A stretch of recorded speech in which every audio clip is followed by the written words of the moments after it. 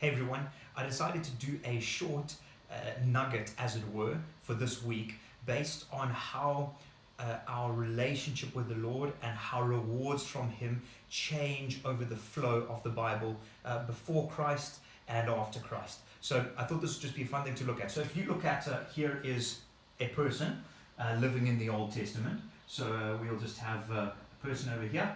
We're not sure what his name is.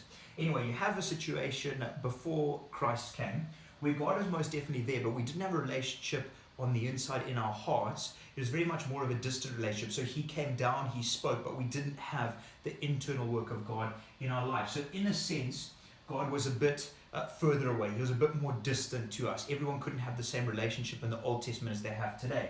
But the rewards that you had that showed that you were living close to God and His blessing over your life was very much in a physical sense. So we put reward over here. So if this is relationship,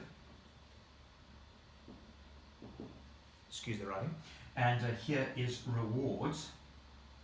You have a place where relationships are further away from us, a relationship with God, further away from us. But then when it came to rewards and people being blessed, the sign of blessing, the sign of reward for living for God was earthly reward. It's on earth. It was reward on earth. It might have been cattle, it might have been resources, but blessing was in a very physical sense. Then what happens is Christ comes.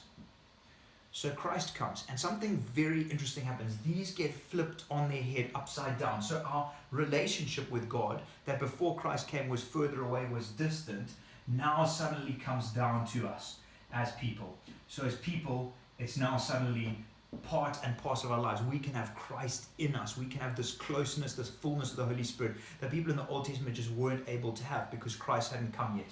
So we have this where relationship continues, but now it is within us. We have this close relationship. And then something very interesting happens to reward and blessing and how God primarily demonstrates it. So what we see is that as Christ comes, in a sense, when we live for God, when we honor Him, we're building up eternal reward rather than on earth. Now, yes, God is incredible. He is generous. He provides so much for us. But the primary focus of how reward is demonstrated and blessing is demonstrated is delayed into eternity. And that's why you have, so this is now rewards, eternal rewards.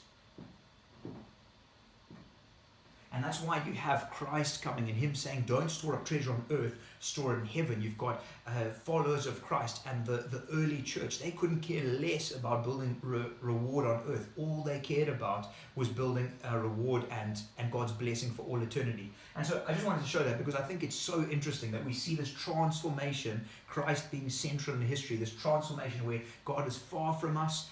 Initially, yes, we could talk to Him, but not in the same way as now. But blessing and reward was just so much connected with earthly things. And then Christ comes. We have this amazing transformation where He comes down and we have this inbuilt living relationship with Him. And at the same time, so much of reward and all those sorts of things are fast forwarded into eternity. So I hope that's helpful. I hope that was interesting, something to think through. Please get in touch with any other thoughts on that. And otherwise, I hope you have a brilliant day. Cheers for now.